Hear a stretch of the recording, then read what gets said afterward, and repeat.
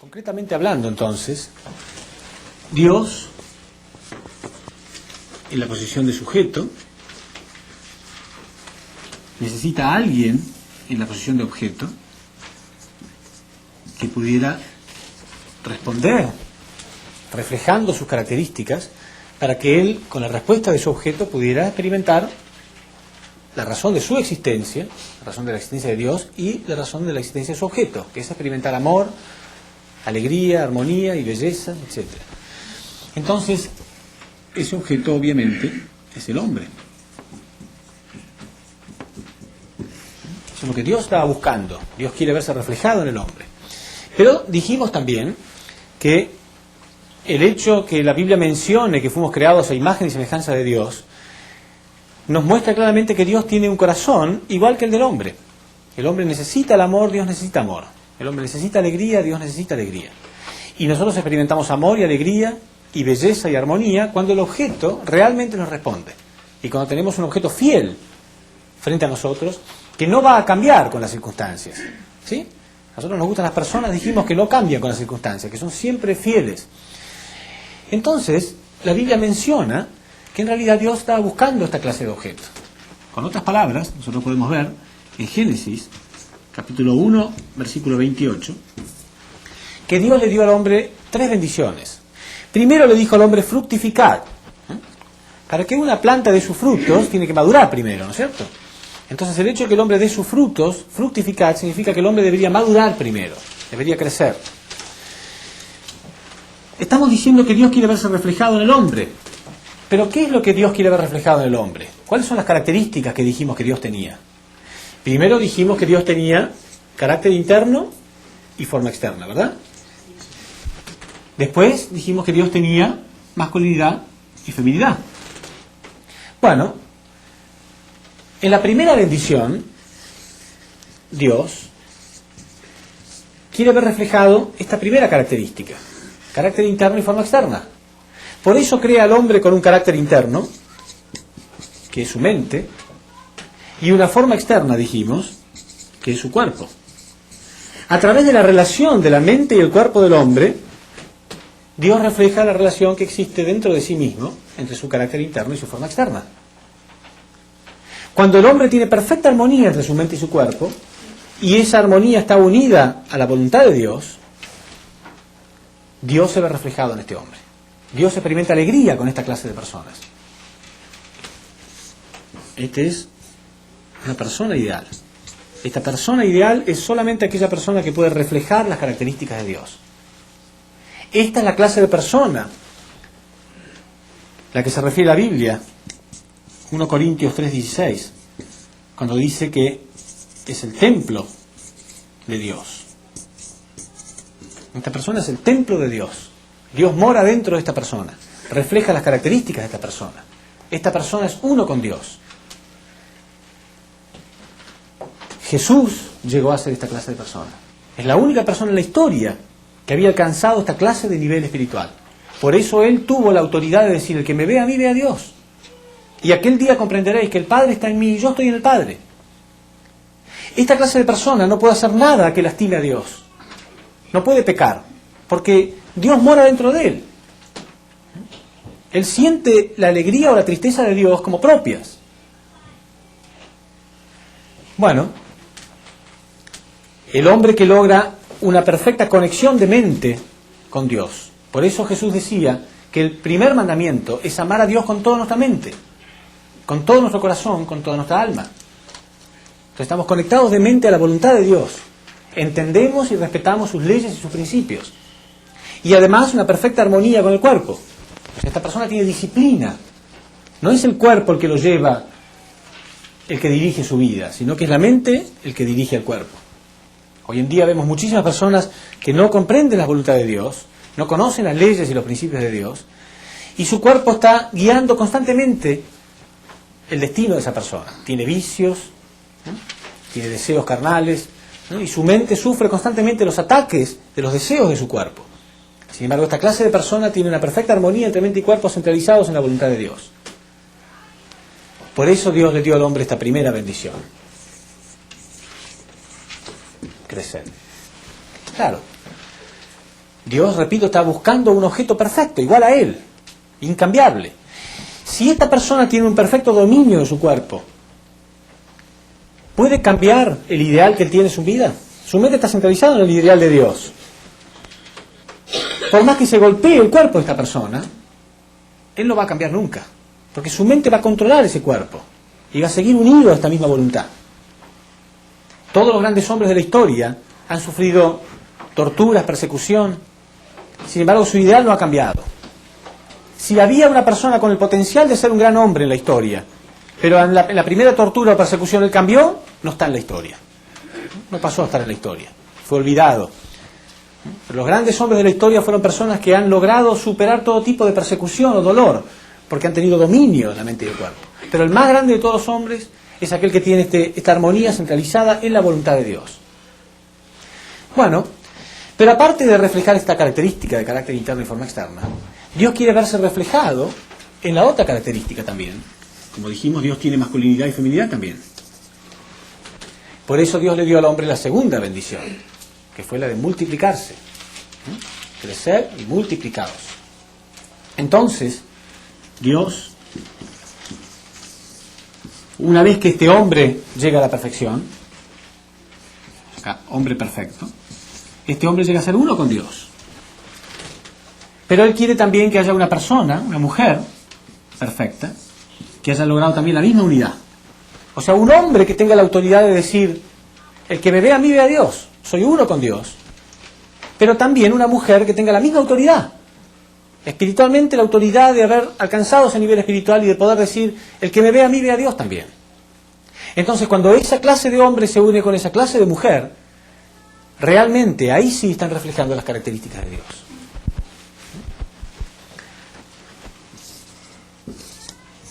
Cuando este hombre y esta mujer se unen, ellos tienen naturalmente hijos que reflejan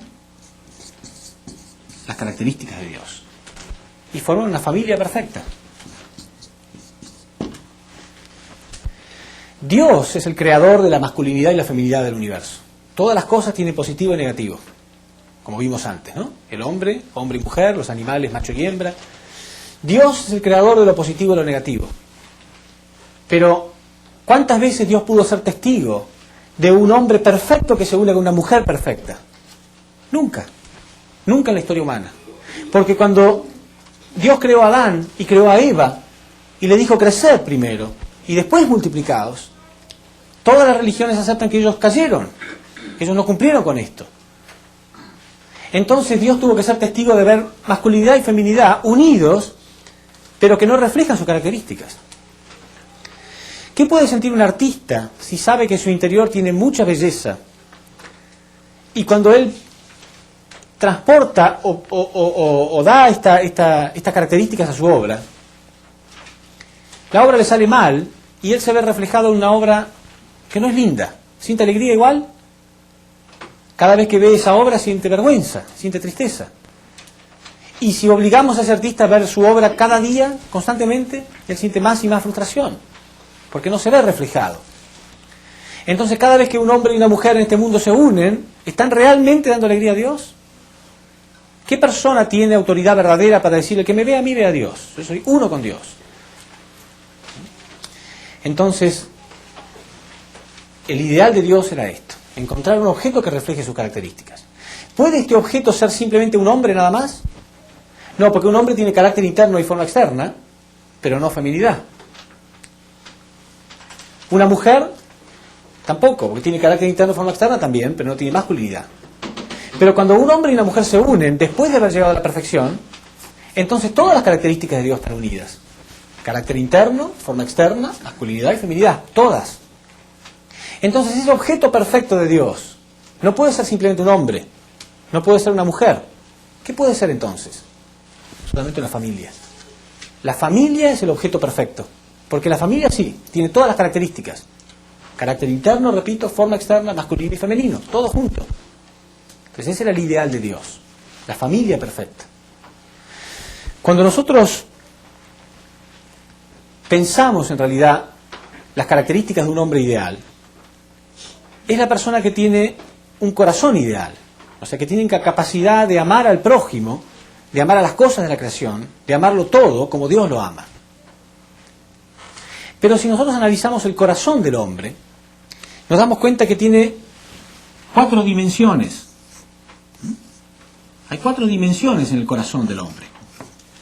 4 dimensiones que el hombre debe desarrollar para llegar a ser perfecto. Primero, nosotros debemos lograr la identidad de ser los hijos de Dios, la relación perfecta de corazón con la fuente del amor, que es Dios. Esa es la primera de todas. Por eso, ¿no?, las religiones enseñan a amar a Dios por sobre todas las cosas, porque es la fuente del amor. Entonces, ese es el corazón de hijo perfecto. El corazón filial. Una vez que uno se une con la fuente de corazón, que es Dios, y aprende a amar a Dios por sobre todas las cosas, con una unidad absoluta con Dios, naturalmente él puede aprender a amar al prójimo, como sus propios hermanos. Es el amor fraternal. Sus propios hermanos. Entre sus hermanos, él va a encontrar al que va a ser su futuro cónyuge. ¿Sí? Y así, entonces, en tercera posición, tiene su esposo o esposa. Aprende el amor conyugal. Y después va a tener sus propios hijos. El amor paternal. ¿Se entiende? Entonces son las 4 direcciones. Esta clase de amores pueden ser perfectos, deben ser perfectos, pero son diferentes. El amor que siento por un hermano no es el mismo amor que siento por mi esposa o por un hijo. Entonces el corazón del hombre desarrolla esas 4 dimensiones. Debe ser desarrollado en esas 4 dimensiones. Primero, amar a Dios por sobre todas las cosas. Si amo a Dios, como consecuencia de ese amor, yo amo al prójimo. Porque es un hijo de Dios, porque es un reflejo de Dios.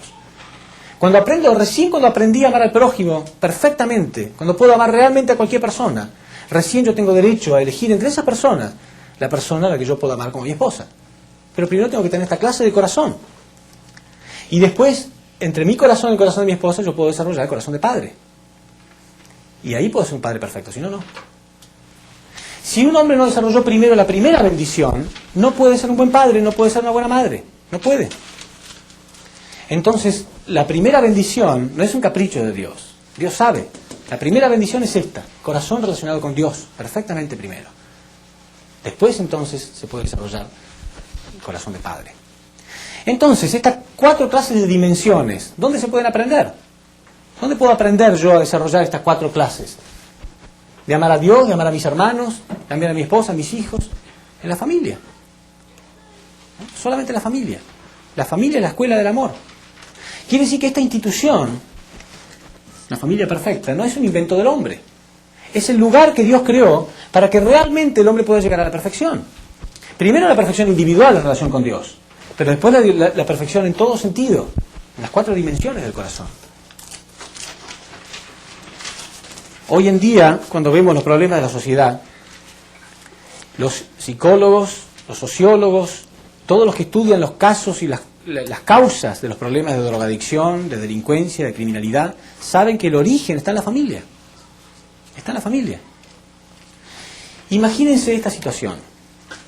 Este hombre cumplió primero con lo que debe cumplir, la primera bendición, que es crecer. Tiene la autoridad, repito, de decir, el que me ve a mí, ve a Dios. Esta mujer también. Ellos reflejan las características de Dios. Estos hijos, mientras ellos no son maduros todavía, mientras no pueden entender a Dios todavía, ¿dónde está Dios para esos chicos? En sus propios padres. Ellos viven con sus padres cada día. Viven con Dios cada día. Vivir con sus padres es vivir con Dios, porque ellos son uno con Dios. ¿Entienden? Imagínense ustedes tener un padre que tenga la autoridad, repito, de decir, verme a mí es ver a Dios, es exactamente igual. Y la madre también. Entonces ese chico crece donde sus padres son un canal perfecto del amor de Dios. Ellos no son la fuente del amor, Dios es la fuente del amor. Pero ellos son un canal perfecto donde el amor de Dios es transmitido. Entonces esos chicos se nutren espiritualmente con la presencia de Dios diaria en sus propias vidas, hasta que ellos mismos después logran la perfección también. Qué diferente que es un chico que tenga un padre que a lo mejor ya fue drogadicto, o criminal, o delincuente, o que golpea a su esposa, donde el chico ve constantemente división, conflicto, donde Dios no es el centro. Muy diferente, ¿verdad? Hoy en día vemos una inmensa contradicción en las enseñanzas de los padres a sus hijos. Este hombre no tiene contradicción. Lo que él habla es lo que él cree, lo que él siente, y lo que él piensa, lo que él hace, no hay contradicción. Pero ¿cuántas veces hemos visto en la sociedad un padre que sabemos que podría golpear a su hijo si lo ve fumando, que está bien, que no quiera que fume, pero él fuma? O se enoja cuando el chico dice malas palabras, pero él las dice. O se enoja cuando el hijo le pega a la hermanita, pero él le pega a su esposa. ¿Sí o no? Los chicos nunca hacen lo que el padre dice. Los chicos hacen lo que ven en el padre. Es un buen consejo para los que vamos a ser padres en el futuro, ¿no? Ellos no van a hacer lo que nosotros les digamos, van a ver lo que ellos vean, que es diferente. Entonces, si ven padres llenos de contradicción, no está Dios presente, no podemos culparlo de que sea delincuente después. Entonces, la primera familia era fundamental. Dios tenía planeado primero el primer individuo que sea perfecto, Adán. La primera mujer que sea perfecta, Eva. Y después recién formar esta familia, porque iba a ser la primera. Es la base. Después, como extensión de esta familia, iba a venir una sociedad perfecta, nación perfecta, un mundo perfecto. Y eso es lo que Jesús llamaba el reino de los cielos. Eso sería el reino de los cielos. Porque todo el mundo sería como una sola familia. No habría contradicción, no habría malos padres, no habría malos hijos. Porque la semilla inicial, la base, habría estado perfectamente formada. Pero Adán y Eva no se convirtieron en los padres verdaderos de una humanidad verdadera. La Biblia dice que ellos cayeron. Se convirtieron en los padres falsos de una humanidad falsa. Ya lo vamos a ver después. Por ahora vamos a ver el ideal de Dios, el plan que Él tenía. Él tenía plan perfecto. No es Él el que falló. Y la tercera bendición, esta es multiplicados. La segunda, ¿no? Crecer primero, multiplicados después recién. Y por último, dominar. O sea, recién ahí el hombre tiene derecho a dominar la creación. Donde habría una humanidad perfecta, en perfecta armonía con la creación, centralizados en Dios. Habría una perfecta armonía entre el hombre y la naturaleza. Y esto daría como resultado un mundo ideal. Entonces observen, para que haya un mundo ideal, hace falta primero un individuo ideal. Entonces, individuos ideales, familias ideales, mundo ideal. No al revés. Porque mucha gente piensa, bueno, tenemos que hacer algo para que el mundo cambie, entonces los individuos serán mejores. No. El mundo es una extensión del individuo, no al revés. Pues todo comienza con el individuo. Solamente individuos perfectos pueden formar familias perfectas. Y solamente familias perfectas pueden formar una sociedad y un mundo perfecto.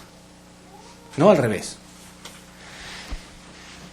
En esta relación, este ejemplo de la humanidad en perfecta armonía con la creación, podemos ver, por ejemplo, cómo Dios creó de modo tal que el hombre le entregue a la naturaleza lo que la naturaleza necesita y recibir de ella lo que el hombre necesita. Por ejemplo, nosotros cuando respiramos emanamos hidrato de carbono, que las plantas necesitan y asimilan, y ellas emanan oxígeno que nosotros necesitamos. Entonces hay una perfecta armonía, ¿sí? En este caso, el hombre podría tener un dominio de la naturaleza tan perfecto, centralizado en Dios, con tanto amor, que no habría enfermedades. Pero ¿está haciendo eso el hombre hoy en día? El hombre contamina las aguas, contamina el aire, extingue especies de animales que le son útiles. Cuando hay una guerra, para vengarse del enemigo se contaminan sus aguas. Ocurrió en el Medio Oriente, ¿recuerdan? Saddam Hussein, en el nombre de Dios, tiró petróleo en las aguas, produciendo el peor desastre ecológico de la historia. ¿Cómo puede sentir la creación? Y es una ignorancia inmensa. Es una inmensa ignorancia porque se ignora la ley de dar y recibir. La ley de dar y recibir significa que yo voy a recibir lo que doy. Entonces la creación reacciona también. Entonces después estamos preocupados porque las aguas están contaminadas, porque hay enfermedades, porque hay cólera, porque hay sida, porque hay, ¿no?, todo tipo de enfermedades. Pero es la creación que nos está devolviendo lo que nosotros le hemos dado. Entonces, ¿cómo va a cambiar? Ahora estamos preocupados por el agujero en la capa de ozono, porque hay enfermedades de todo tipo. Bueno, y están tratando de cambiarlo desde acá, desde este punto. Pero esto no va a cambiar. Hay que cambiarlo de raíz. ¿Y cuál es la raíz del problema? El hombre. Porque no hubo individuos ideales, no hubo familias ideales, no habrá un mundo ideal. Pero si la revolución puede venir acá, no necesitamos una revolución política, económica, necesitamos una revolución espiritual, la revolución dentro del hombre. Esto es lo que tiene que cambiar. El hombre tiene que llegar a cambiar de nuevo y darse cuenta que estuvo violando todo tipo de principios. ¿Y quiénes son las personas que van a cambiar? ¿Podemos quejarnos de las personas que vivieron hace 100, 200, 500, 800 años? Sí, todos fueron culpables, toda la historia fue culpable. Pero en realidad ellos no podían entender, era un nivel muy simple. Ahora nosotros podemos entender. Ahora hay leyes y principios, hay explicaciones totalmente claras. Llegó el punto donde Jesús decía, recuerdan que yo les mencioné, tengo muchas cosas que enseñarles, pero ustedes no lo entenderían. Pero algún día sí las van a entender y van a ser guiados hacia la verdad completa. Y ese día llegó. Entonces, de toda la historia, ¿quiénes son las personas más responsables? Nosotros. Entonces hay personas que cuando escuchan esto, ya está, en su corazón ya está sembrada la semilla de la determinación de cambiar, de respetar las leyes y principios universales, y otros que no. Pero todos somos responsables como hijos de Dios. Cada persona es responsable realmente de tomar las leyes universales y practicarlas en su propia vida. Entonces, lo que uno a lo mejor no está motivado para hacerlo por sí mismo, tiene que hacerlo por sus propios descendientes. Está totalmente demostrado por la ciencia, la influencia inmensa, total, que tienen sus padres sobre sus hijos. Desde el vientre mismo de la madre. ¿Qué clase de madre van a ser entonces las mujeres presentes? ¿Qué clase de padres van a ser los hombres presentes? Es una decisión propia. No le puedo echar la culpa a la sociedad. Yo puedo determinarme.